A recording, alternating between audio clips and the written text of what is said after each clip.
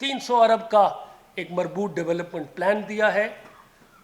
Prime minister साहब की guidance के तहत। और मैं ये खुशखबरी भी अपने किसान भाइयों को देना चाहता हूँ कि पाकिस्तान की पैदावारी सलाहियत और उनकी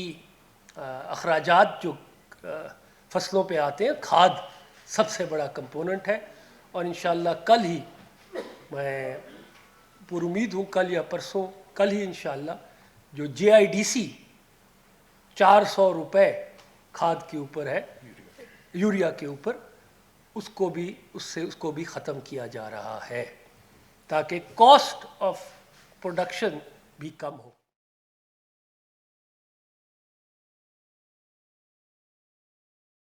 इस इंटरेस्ट ये ज़ख़ीरा अंदोज़ हुकूमत से मुकाबला नहीं कर सकते, तो इंशाअल्लाह हम 80 लाख का टारगेट भी इस साल रख रहे हैं। और ये ज़ख़ीरा अंदोज़ी के ऊपर पूरा चेक किया जा रहा है। स्मगलिंग को कंट्रोल करने के लिए बहुत इक़दाम किए। चमन बॉर्डर पर प्राइम मिनिस्टर साहब और प्राइम मिनिस्टर ऑफिस को जब ये इत्ला मिली हमें कि 2 माह पहले तकरीबन 40,000 टन माहाना स्मगल हो रहा था, उसके ऊपर भरपूर इक़दाम किया गया, कार्रवाई की गई और बड़े हाई रैंकिंग ऑफिसर्स FC के, कस्टम्स के, FIA के और लॉ इन्फोर्समेंट एजेंसीज के ख़िलाफ़ कार्रवाई की गई और ये स्मगलिंग को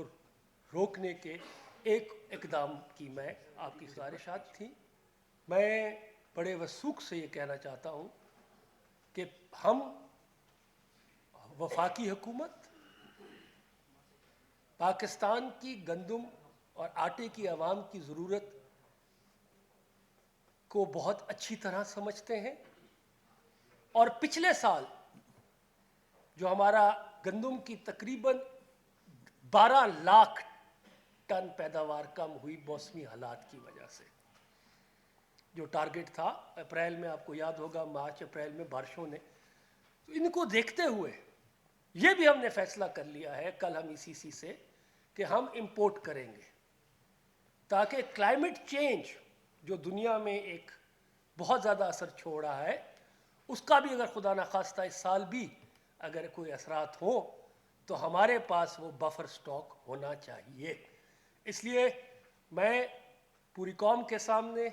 बड़ी ज़िम्मेदारी से ये कह रहा हूँ कि इंशाअल्लाह ये मसनूई बहरान जो है ये अगले 2-4 रोज़ में आप देखेंगे ये ठीक होता जाएगा।